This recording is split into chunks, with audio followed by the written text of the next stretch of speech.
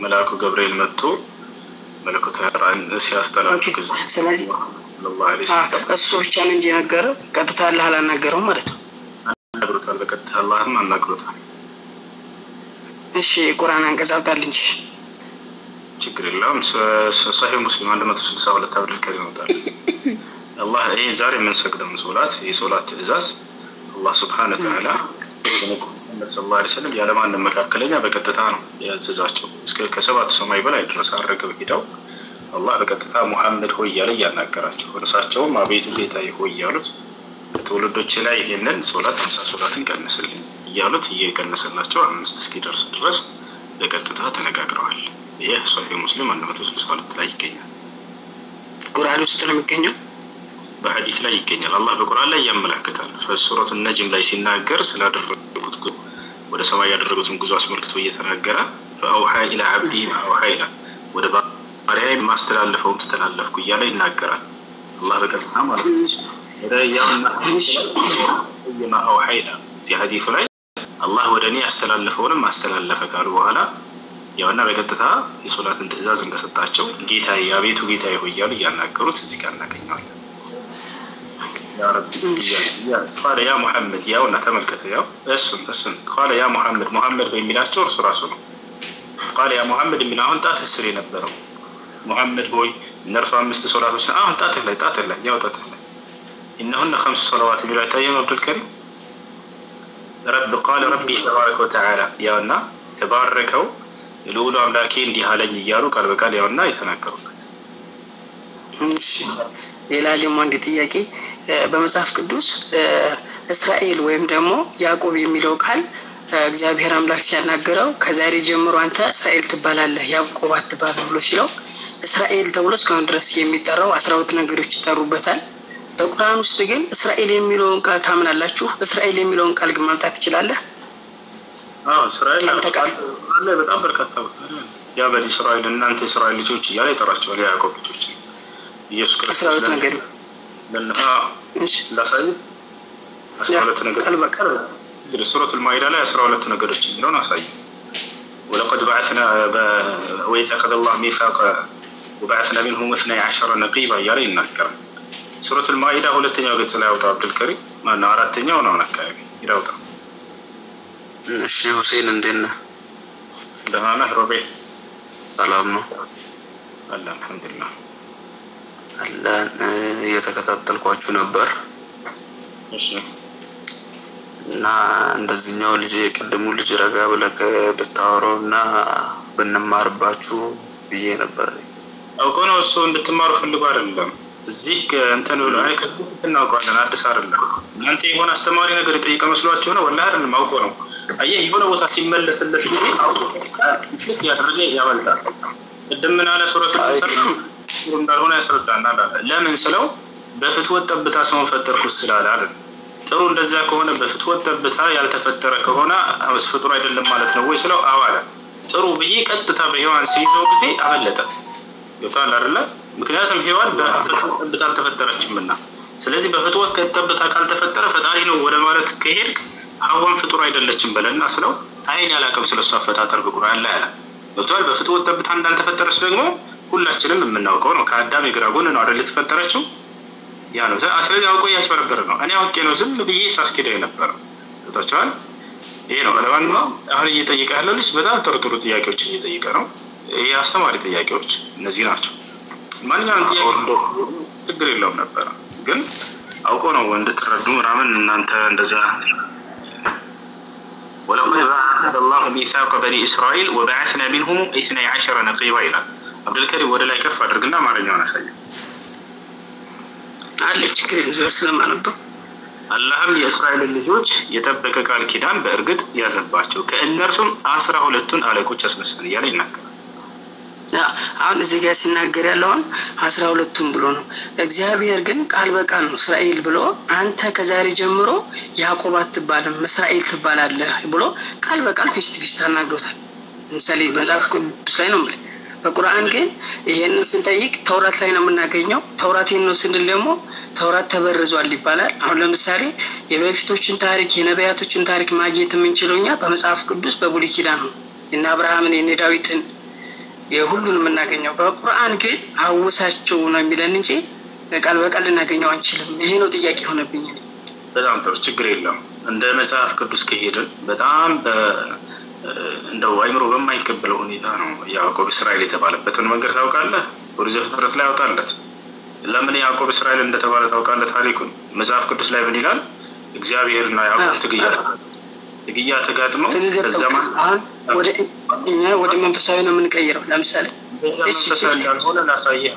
ሹልዳው ተሰበረ፣ እግሩ ተሰበረ ይላል። እግር መሰበር መንፈሳዊ አይደለም፣ አካል ነው አይደል? እንደ ሹልዳ ጉልበት፣ እግር ያኔ ተሰበረ እያለ ይናገራል ቃል በቃል ገብቷል። መንፈሳዊ እናንተ ጸሎት ብሏችሁ ነው ላ እንደዛ ሚል የለም። ዘጋ ምንድነው የሆነው ነገር? ሹልዳው እግሩ እስኪሰባበር ድረስ ትግያ ተጋጥመዋል። መጨረሻውን ከእግዚአብሔር እንፋልና ስምህ ከዚህ በኋላ ያዕቆብ ሳይሆን እስራኤል ተብለሃል ይለዋል። ያውና ምን ይላል አለውም እንግዲህ ከእንግዲህ ወዲህ ስምህ እስራኤል ይባላል እንጂ ያዕቆብ አይባልም፣ ከእግዚአብሔርም ከሰው ጋር ታግል አሸንፈሃልና ይላል። ትግሉ ምንድነው ስታይ መንፈሳዊ እንዳልሆነ ከላይ ሹልዳው ተሰባበረ። ያው ወደ ላይ ከፍ አድርግለት። የጭኑ ሹልዳ ተሰበረ። የሰውየው ለምሳሌ ይዘት አላቸው ስናነባቸው መጽሐፍ ቅዱስ ከዘፍጥረት ለምሳሌ እስከ 21 ያለውን ብናነባው የያዕቆብ ታሪክ ምን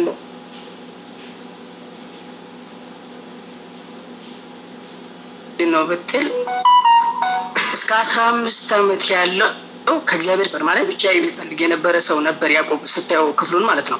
ልክ ለምሳሌ ወንድሙን ያታልልና የት ይሄዳል? ላባ ጋር ይሄዳል። ላባ ጋር ሄዶ ምን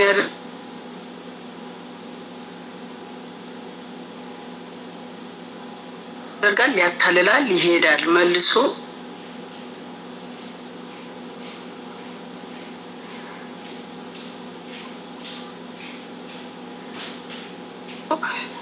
ልክ እግዚአብሔር ጋር ሲደርስ ነው ድካምነቱን የምታየውና ልክ እግዚአብሔር ወዳው ያናገረው እንደ ቁርአን ይሄ ቁርአን ጥቅስ አውጥተን በመጨረሻ ልክ ነህ።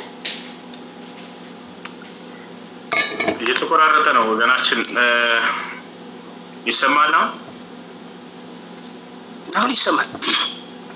እሺ ለማንኛውም ይኸውልህ ያዕቆብን ታሪክ በዚህ ሁኔታ ነው እስራኤል የሚለውን ያገኘው ይላል። አሁን አንተ ማወቅ የፈለከው ነገር ምንድነው? እስራኤል እያለ አላህ ብዙ ቦታ ላይ ያዕቆብንም ይጠራዋል። كل الطعام كان حلا لبني إسرائيل إلا ما حرم إسرائيل على نفسه ያዕቆብ እስራኤል ተብሎ ይጠራል። ያ በኒ እስራኤል ይላቸዋል። አንተ እስራኤል ልጆች እያለ ይጠራቸዋል። أولئك الذين أنعم الله عليهم من النبيين من ذرية آدم ومن حملنا مع نوح من ذرية إبراهيم وإسرائيل ይላል። የአብርሃም ዘሮች የእስራኤል ዘሮች እያለ ያዕቆብን እስራኤል በሚል ምትክ ይጠራዋል። እስራኤላውያኖችን አላህ ነብያቶች ያ በኒ እስራኤል እያሉ እንዲጠሯቸው ያዘ ነበር። መሲሁ ለምሳሌ ለያዕቆብ ልጆች ተልኳል አይደል? ለእስራኤል ልጆች። ስለዚህ እናንተ የእስራኤል ልጆች ሆይ እኔ ወደ እናንተ የተላኩኝ ነኝ ይላቸዋል። ያዕቆብ ልጆች በሚለው ምትክ ማለት ነው። ስለዚህ ያዕቆብ ሌላኛው ስሙ እንደሆነ እስራኤልን ይገልጽልናል። ታሪካቸውንም ያወሳላቸዋል። ታሪክ አንድ ምዕራፍ ራሱን የቻለ ምዕራፍ ሁሉ አለው። በየቦታው ሁሉ ይጠቅስበታል። የዮሴፍ ምዕራፍ ይልና ስለ ያዕቆብ ሙሉ ታሪክ እዚያ ጋር ይናገራል።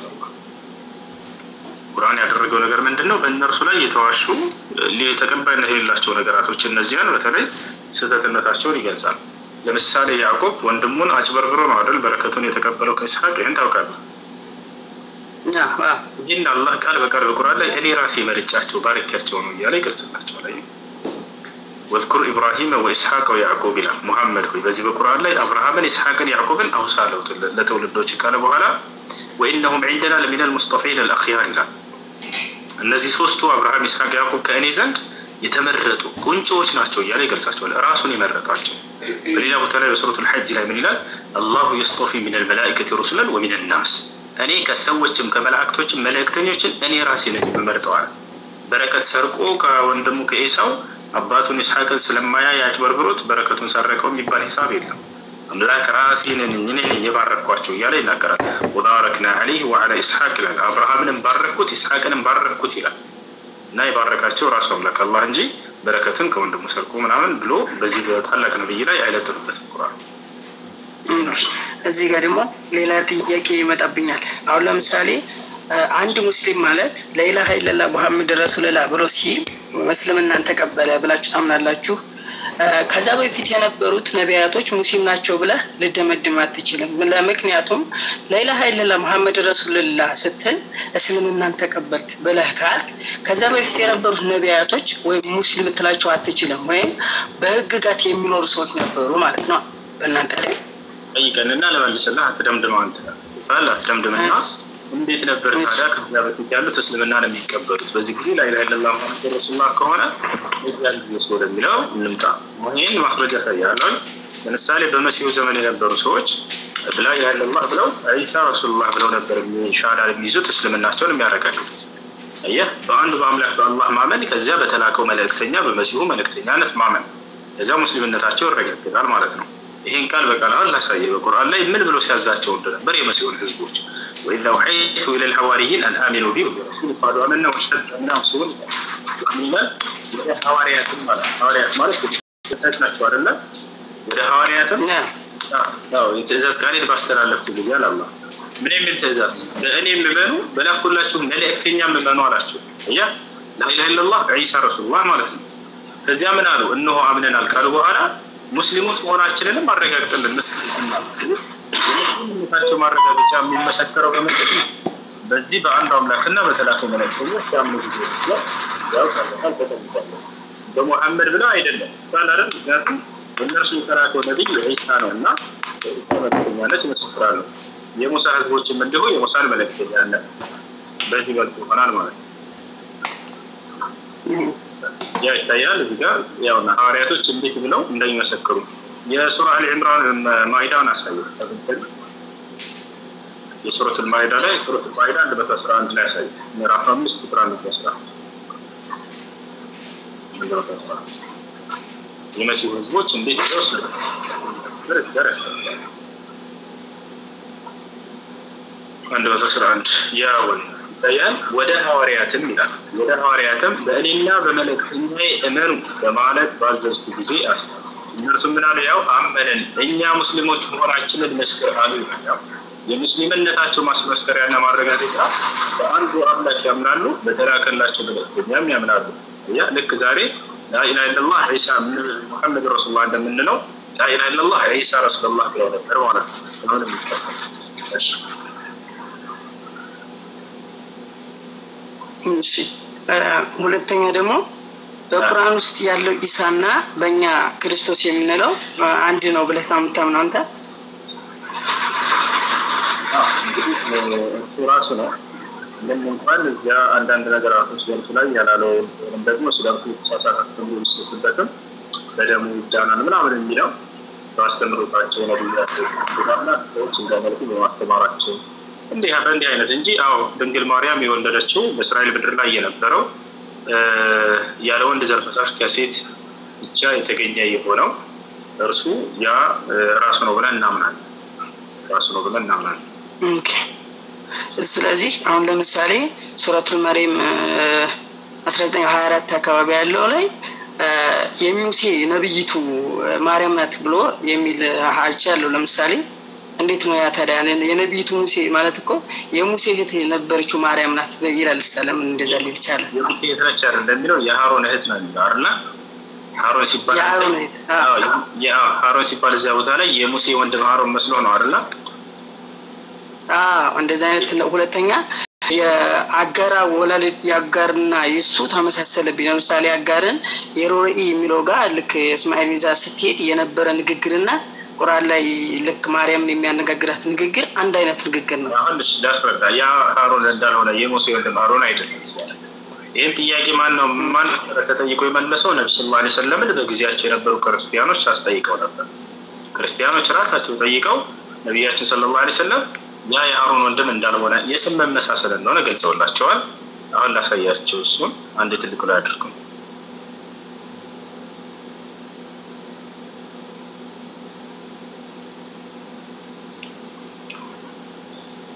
ትልቁ ላይ ለሆነና እንዴ ላሳያችሁ። ነብያችን ሰለላሁ ዐለይሂ ወሰለም ተጠይቀው ያ የስም መመሳሰል ነው ብለው ለጊዜያቸው የነበሩ ክርስቲያኖች ራሳቸው ጠይቀዋቸው መልሰዋላቸዋል።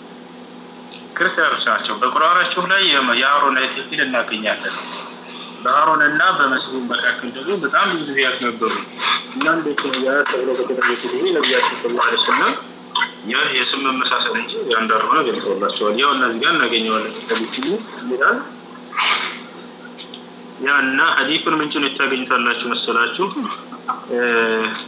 ያው እዚህ ጋር ሙስሊም 2135 ላይ ታገኙታላችሁ።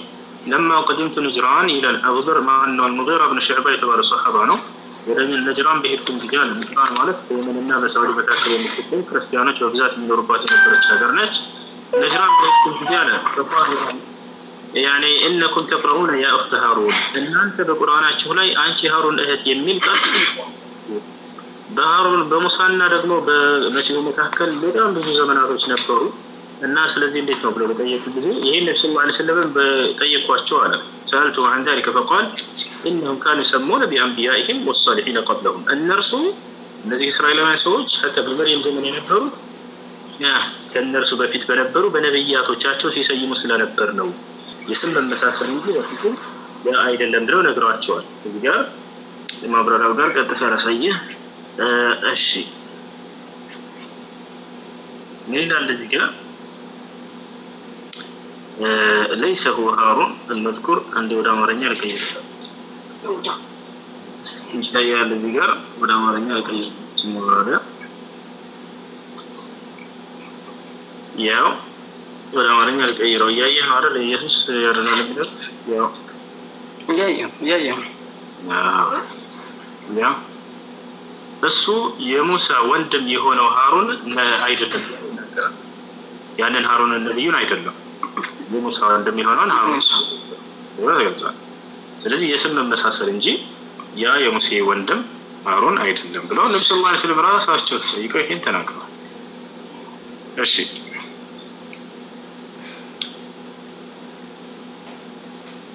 ይላል ያ እሺ ሌላ ጥያቄ ለምሳሌ በቁርአንም ሆነ በመጽሐፍ ቅዱስ ላይ ያየናቸው ነቢያቶች ለምሳሌ ኢየሱስ ክርስቶስ እኔ እውነትም መንገድም ህይወትም ነኝ ይላል። በቁርአን ውስጥም ሆነ በየትም ቦታ ላይ እንደዚህ አይነት ነቢያቶች እንደዚህ አይነት ቃል መናገር እንደማይችሉና ማለትም እንደማይችሉ የሚያረጋግጥ ቃል አለ አይደል? ዛሬ መጽሐፍ ቅዱስ ከራይስ ላይ الله قال بكلام أن الرسول حق له ملكتنا محمد እውነት ነው እያለ ይገልጻል ማለት የእውነት ምን ማለት ነው የሚለውን ማየት ነው። እሺ የሚያስፈልገው አሁን ኢየሱስ ክርስቶስ እውነት ህይወትን መንገድ እያለ ሲናገር ምን ለማለት አስቦ ነው የሚለውን እዛው ራሱ አውዶ ይገልጻል። ወደ አንዱ አምላክ የሚወስድ የእውነት መንገድ ማለት ነው። ወጣል አይደል? እሺ ቃል በቃል ሙሐመድ እውነት ነው እያለ ይነግረናል። እኛ ግን አምላክ ናቸው ብለን እንኳን አንልም። አይ እውነትን የሚያስተላልፍ መልእክተኛ ማለት ነው መልእክቱ ወደ ማን የሚወስድ ወደ አንዱ አምላክ የሚወስድ ማለት ነው። ያለ እኔ በአብ የሚሄድ የለም ሲል ጊዜ ወደ አንዱ አምላክ የሚወስድ እውነተኛ መልእክተኛ የህይወትን መንገድ የሚያስተምር ያ የህይወት መንገድ ወይንም የዘላለማዊ ህይወት የሚባለው ነገር ምንድነው ከተባለ ዮሐንስ ወንጌል ምዕራፍ 17 ቁጥር 3 ላይ ምን ይላል? ወደ ሰማይ ከፍ ብሎ ኢየሱስ ክርስቶስ እንደምታውቀው አባት ሆይ አንድና ብቸኛ እውነተኛ አምላክ ይሁን እንዲሁም የላከውን ኢየሱስ ያውቁ ዘንድ እቺ ዘላለማዊ ህይወት አለ ያውቁ ዘንድ ቢለውን አስብሩበት ዕውቀቱ ነው አየው ህይወት እያለ ያለው ኢየሱስ ህይወት ነው ሲል ጊዜ የእርሱ ላይ የተወረደውን ዕውቀት የአንድ አምላክ ዕውቀትና የእርሱን መልእክተኛነት ዕውቀት ይሄ እውነትን ይሰጣል የህይወትን መንገድ ያስገኛል ይሄን እንጂ ራሱ ኢየሱስ ክርስቶስን ለማለት አይደለም የሚያስተምረው ትምህርት ነው ማለት ነው።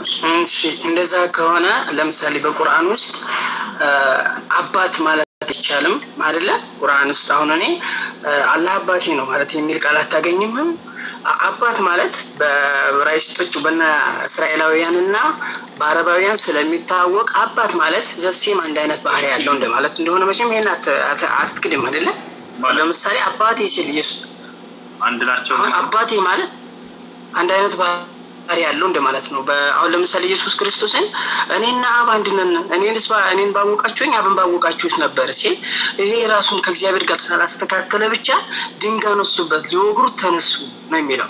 አሁን ምን ማለት ነው? አሁን አይደለም መጽሐፍ ቅዱስ አይለው የእግዚአብሔር አባት እንደሆነ ኢየሱስ ክርስቶስ ራሱ እናንተስ የልዑል ልጆች ናችሁ ብሎ ይመስላችኋል። እግዚአብሔር የኛ ልጅነትና ኢየሱስን እንትነው ማረጋገጥ ያለብን። ለምሳሌ ኢየሱስ ክርስቶስ ራሱ ቃል በቃል ሲናገርና ለኛ ሲነግረን የተለያየ ነው። እንግዲህ ሂዱና አሕዛብን ሁሉ ልዩነቱ ምንድነው? እሺ ማቴዎስ አውጣሽ ማቴዎስ 28:19-19 ያለው ነው ማለት የልጅነቱ የአባትነት ልዩነቱ ምንድነው? ወደ አባቴ ወደ አባታችሁ አርጋለሁ ማለት ያው አሁን የኛና የነሱ ያው ለምሳሌ እኔና አብ አንድ ነን ወይም አብ ያለው ህይወት አለው የሚለውን ቃል እናንተ በተቃራኒ ስትሉት ኢየሱስ ክርስቶስ ፍጹም ሰውነቱን ይዞ አምላክነት ወይም ባህሪው አብ ጋር አንድ አይነት ባህሪ ያላቸው ማንነትን ነው የሚያሳየው። አባቴ ብሎ ሲጠራው ኢየሱስ ከአብ ጋር እኩል እንደሆነ ነው የሚያሳየው በመጽሐፍ ቅዱስኛ በመናመበት ማለት ነው። ይያሉ ነብያቶች ይናገሩ ነበር ከአባታችን እያሉ ይጠሩት ነበር። ምን ብለን አይጠሩም። በቁርአን ውስጥ አባቴ ማለት አትችልም አይቻልም። ቁርአን አይደለም እዚያ መጽሐፍ ቅዱስ ላይ ያልኩ እኮ እኛማ አሁን መጽሐፍ ቅዱስ ኢየሱስ መጽሐፍ ቅዱስን አሁን ስናነባው ቃል በቃል ልክ ቁጭ ማድረግ ሳይሆን ለምሳሌ ምን ለማለት ፈልጎ ነው የሚለው ሐሳብ ስናየው የሚሰጠን ሐሳብ ኢየሱስ ክርስቶስ የሚለየው የባህሪ አባቱ ነው ልትል ፈልገህ ነው አይደል? ባጭሩ አንድ ናቸው። አሁን እግዚአብሔር ማለት ራሱ ኢየሱስ ክርስቶስ ነው። አንድነቱ እዚያ ቦታ ላይ እኔና አብ አንድ ነን ሲል አውዱን ስናየው ጊዜ ስለመለኮት አይደለም ያወራው። እሺ ይሄን ተወና የማቴዎስ ወንጌል 19 አውጣል። የማቴዎስ ወንጌል 28 በቁጥር 19 አውጣ። ምን ልታስረዳ ፈልገህ ነው? እዚያ ጋር ከመሄዳችን በፊት ችግር የለም ያወጣል። አውጣ 28:19-20 ያለውን አውጣልኝ።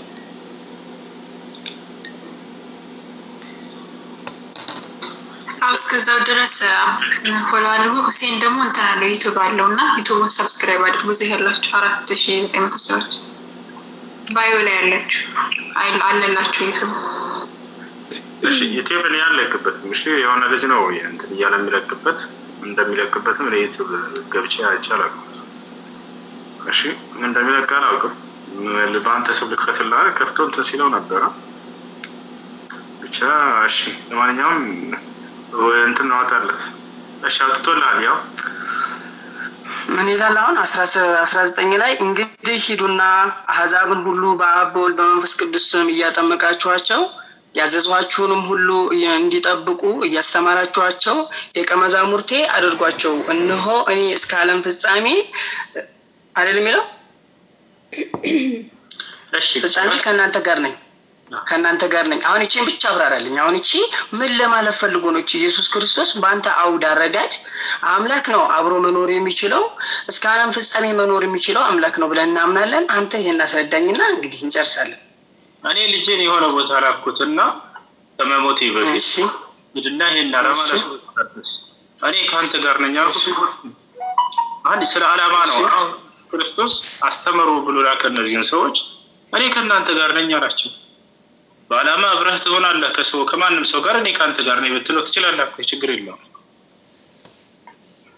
እንዴት አሁን ለምሳሌ እኔ አንተ ጋር ልሆን አልችልም ላስተምር እችላለሁ እንጂ እስከ ዓለም ፍጻሜ አንተ ጋር መሆንበት ነገር የለም። እኔ ፍጡር ነኝ። በምንድን ነው ከተባለ እሱ ኢየሱስ ክርስቶስ በአካል እኮ አይደለም በዓላማ ነው። አሁን አብሮነቱ እኔ ካንተ ጋር ነኝ ይሄን መልእክት አድርስ ብዬ ላኩት ሰውየው። ይሄ በአካል ነው እንዳንል ኢየሱስ ክርስቶስ በአብ ቀኝ ላይ ሄዶ ተቀመጠው አይደለ? ወንስ አብራቸው የለም? በአብ ቀኝ ሄዶ ታዲያ እዚህ ቦታ ላይ ምንድነው ከተባለ ያው አስተምሩ እያላቸው ነው። ሂድ ብለህ ከላከው አንድ ሰው እንዲያስተምር ዓላማህን እንዲያደርስ ሄድ ይሄን አድርስ ጠንክር አብሽር እኔ ካንተ ጋር ነኝ እንለዋለን አይደል? ስለዚህ አብሮነት እዚህ ቦታ ላይ ይሄንን የዓላማ እንጂ የአካላዊ ማንነት አብሮ መሆኑን አይደለም። ክርስቶስ ሲጀመረው መልእክተኛ ነው የተላከ ነው ቦታ አይደለ? ያ ግን አምላክ መሆኑን ሳይሆን የሚያሳየው እኔ ካንተ ጋር አብሬ አለሁኝ ብለህ ነው። እሺ እንደዛ ከሆነ ሐዋርያቶች መሰከሩለታ እንዴት እናርግ? ለምሳሌ አሁን እኛ አብዛኛውን ሰዓት አሁን ለምሳሌ ነብዩ መሐመድ ይመኑ ስትሉን ለነብዩ መሐመድ የመሰከረ ማንም የለም ብለን እናምናለን። ለምሳሌ ኢየሱስ ክርስቶስ ከተሰቀለ በኋላ ነቢያቶች ሐዋርያው ጳውሎስ እና ቅዱስ ጳውሎስ ከ40 የሚያንሱ ከ5000 የሚያንሱ ሰዎች ስለ ኢየሱስ ክርስቶስ ስቅለትና ስለ ኢየሱስ ማንነት መሰከሩልን። ኢየሱስ ክርስቶስ እንደውም ሮሜ 9 ላይ አባቶችን ከነርሱ ናቸው እነርሱም ከክርስቶስ በስጋ መጣ እርሱም የተባረከ የዘላለም አምላክ ነው አሉት። አሁን ለምሳሌ ይሄንን ቃል እያሉን እንዴት እንማንኛለን? ኤፌሶን ምዕራፍ 1 ቁጥር 3 ላይ የኢየሱስ ክርስቶስ አምላክ ይባረክ ይላል። አምላክ እንዳለው መስክረዋል ሐዋርያት። እውነት ነው እኮ ኢየሱስ ክርስቶስ እኮ ፍጹም ሰውነቱን እንኳን ክድምኛ። አሁን አንተ አሁን ኢየሱስን ሰውነቱን ብታጎላብኝ መጽሐፍ ቅዱስ ሰውነቱን ይነግረኛል። አዳምጠኝ አንድ ጊዜ። አቤት አምላክ አለ የለውም? ኢየሱስ ክርስቶስ አለው። አምላኬ ሲል ለምሳሌ ዕብራውያን አውጣሽ እንደዛ ካልክ ደል አምላክ አለ የለውም? አለው በስጋ ሲኖር አለው መጽሐፍ ቅዱስ አብ ነው። ስለዚህ አምላክ አለው ማለት ነው አይደል? አምላኬ አምላክ አለው። እውነት ነው። አምላኬ አምላክ አለው ማለት ይሄንን እስኪ በደንብ አብራራው። አምላኬ አምላክ አለው ግልጽ እኮ ነው። ዘሴም አንድ አይነት ናቸው ማለት እኮ ነው። ምን አንድ ነው? አምላክ አለው እኮ አብ ለኢየሱስ ክርስቶስ አምላክ ነው ማለት ነው። ነገር ግን ኢየሱስ ክርስቶስ ለአብ አምላክ ነው ማለት ትችላለህ? እላለሁ። እንዴ ኢየሱስ ለአብ አምላክ ነው? አዎ ስለሚለው መጽሐፍ ቅዱስ ነው ይለዋል። ስለዚህ ኢየሱስ ክርስቶስ አብ ለኢየሱስ ክርስቶስ አምላኩ ነው፣ ለአብ አምላክ ነው። እሺ ገዛለታል። አንድ አይነት ማለት ዘሴም ናቸው ማለት እኮ ነው። አሁን አንተ አልገባ ብሎ ነው እንጂ ለምሳሌ ይለያያሉ፣ ወገናችን ይበላለጣሉ። ማን ነው የሚበልጠው ከአብና ከኢየሱስ ክርስቶስ? በመለኮት በስልጣን አንድ ናቸው። መቼም አልትቀይራቸው አትችልም። የቱ ጋር ነው እንደሱ የሚለው? በመለኮት በስልጣን አንድ ናቸው የሚለው የቱ ጋር ነው? እሺ ዕብራውያን ግባ፣ ምዕራፍ 1 ግባ። ዘገር በመለኮት በስልጣን አንድ ናቸው የሚል ቃል የለም ወገናችን።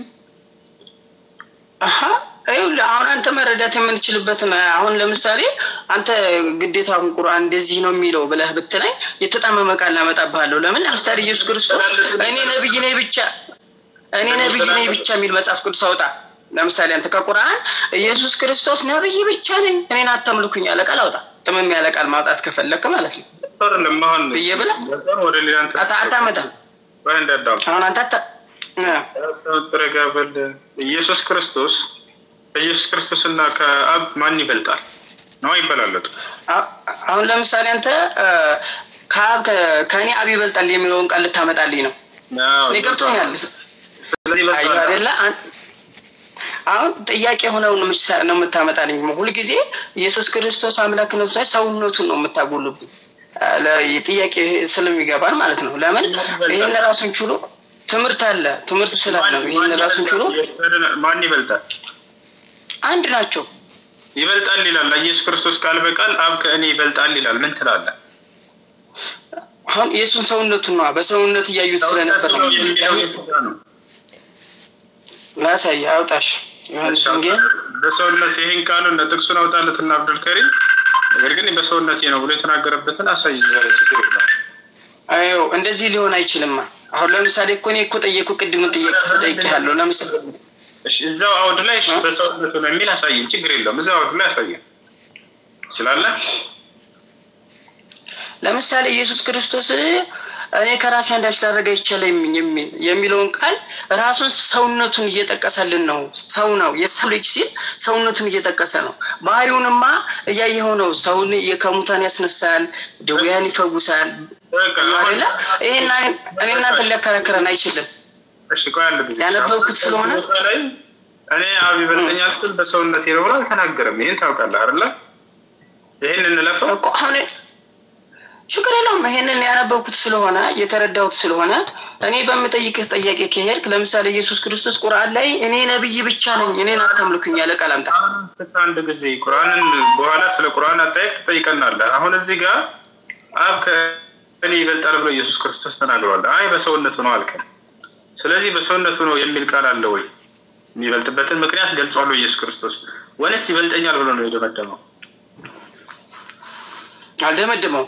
አይተዋል። አንተም እኮ ስላልደመደመው እኮ ነው እንደዛ ብለህ መጨረስ ስለማትችል። ለምሳሌ ኢየሱስ ክርስቶስ አንዱን ቃል ተናግሮ እሺ በምንድን ነው ይበልጠኛል ኢየሱስ?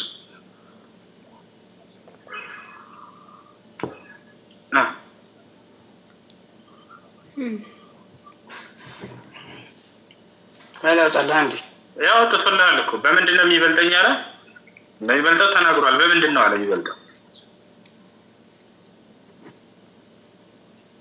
እኛ በምን አሁን እኮ አንተ በራስህ በምትረዳው መልኩ እያስረዳህ አንተ አዲስ ምንም አልረዳም። ተወኝ በቃ እኔ ተወኝና አልረዳም። አንተ እዚህ ጋር ባውድና አንበለህ በምንድን ነው ይበልጠኛል አለ ያልኩህ። የኔን አረዳድ ተው በቃ ተከበረ።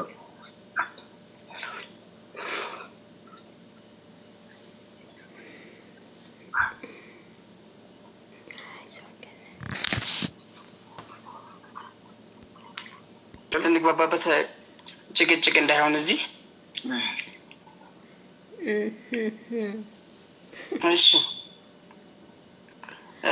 ዮሐንስ ምዕራፍ 13 አውጣልኝ ጌታና መምህር ትሉኛላችሁ እንዲሆነኝና እሺ ጌታ የሚለውን ለማስረዳት ፈልገህ ነው አስረዳኝ እስኪ በጣም ጥሩ እናስረዳ ስለዚህ ጌትነት የተሰጠ ጌትነት ነው የእርሱ ተደርጎ ነው የመደረግ ማለት እንዴት ጌታ ተደርጎ የመደረግ ነው የዘለ ተደርጎ ነው ጌትነትን ተሰጥቶ ነው በመደረግ ያገኘው ጌትነት ዛሬ የሆነ ማለት ለምሳሌ ዛሬ ካለን ነገ የማይሆን ነገር ማለት ነው ጌታ የመደረግ ማለት የዛሬ ብቻ በመደረግ ያገኘው ጌትነት ነው ልክ ሞዴፊክ እንደ ማለት ነው ያ በመደረግ ያገኘው ሞዴፊክ ነው አያ ትሉኝ እናንተ መምህርና ጌታም ትሉኛላችሁ እንዲሁም ነኝና ማለት አሁን አንተ ሁሴን ነው ስምህ ሁሴን ስልህ አቤት ልትለኝ ነው ተደርገህ ነው ማለት ነው ሁሴን እንድትባል ተደርጎ ነው ማስረጃ ልስጥህኔ ኢየሱስ ክርስቶስ ጌታ ተደርጎ ማስረጃ ልስጥህ እሺ እንደዛ ከሆነ ማስረጃ ነው የምሰጥሃለሁ አንተም ስጠኝሽ ለምንድን ነው ማስረጃ የምትሰጠኝ ተናገር ጨርስ እዚሁና እኔ ማስረጃ እንድሰጥህ ለምን ለምሳሌ ጌታና መምህር ትሉኛላችሁ ስትለኝ ለምሳሌ አንተ ተደርጎ ነው ያልከኝ እኔ ደግሞ ሌላኛው መጽሐፍ ላይ እንዳልተደረገና እኔ ሳልሆን የምለው መጽሐፉን በሚል ላሳይህ ነው እንደተደረገ በመደረግ ያገኘው ጌትነት እንደሆነ እኮ ቃል በቃል መመደረግ ነው ለዘላለም አይደለም ቃል በቃል በመደረግ ያገኘው ጌትነት እንደሆነ ላሳይህ ነው የሐዋርያት ሥራ ምዕራፍ 2 ቁጥር 36 ታላላችሁ ያው አንተ ምን ይላል የሐዋርያት ሥራ ምዕራፍ 2 ቁጥር 36 እግዚአብሔር ኢየሱስን ጌታ አደረገው ይላል ተደርጎ ነው እንግዲህ እናንተ የሰቀላችሁትን ኢየሱስን እግዚአብሔር ጌታም ክርስቶስም እንዳደረገው የእስራኤል ወገን ሁሉ በርግጥ ይወክላል ያው ጌታ ተደርጎ ነው በመደረግ ያገኘው ጌትነት ሌላ ጌታ እንዳደረገ እግዚአብሔር አይ ችግር የለም ያው ዕብራውያን 13 ግባሽ ዕብራውያን 13 ከቁጥር 8 ላይ ደግሞ እንዳልተደረገ ላሳይህ ስለዚህ ይጋጫል አይጋጭም ያው አካሄዳችን ነው አእምሮአችን ነው እንጂ ያምላክ ቃል መቼም ቢሆን ሊጋጭ አይችልም አንተ ቁርአንን በደንብ እንደገባህ እኛም ገብቶን ነው የምንኖረው ተደርጓል ይላል አይደል ጌታ ችግር የለውም ያን እኮ አውዱን አሁን ለኔና ባስረዳ ስለማንግባባ አንተ ፖይንቶች ነው ያያየን የምንሄደው ችግር የለውም በሚል ሳይሆን ጌታ ተደርጓል በለና እዚህ ጋር ለፈው ጌታ ተደርጓል አይደል እዚህ ጋር እኮ ጌታ ተደርጓል ሳይሆን የዘላለምነት ጌትነት ነው እኛ የምናምነው ለምሳሌ ተደርጓል የሚል ታምነው ሳይሆን እዚህ ጋር አውዱ ላይ ጌታ ተደርጎ ነው ወይንስ አይደለም ነው ጥያቄ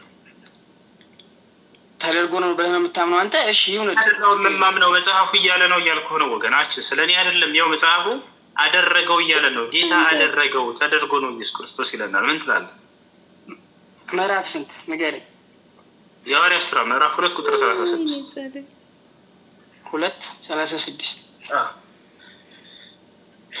አብርሽ ከቀጥሎሽ አንዴ ቁዱ ምናምን አርታችሁ አይዞህ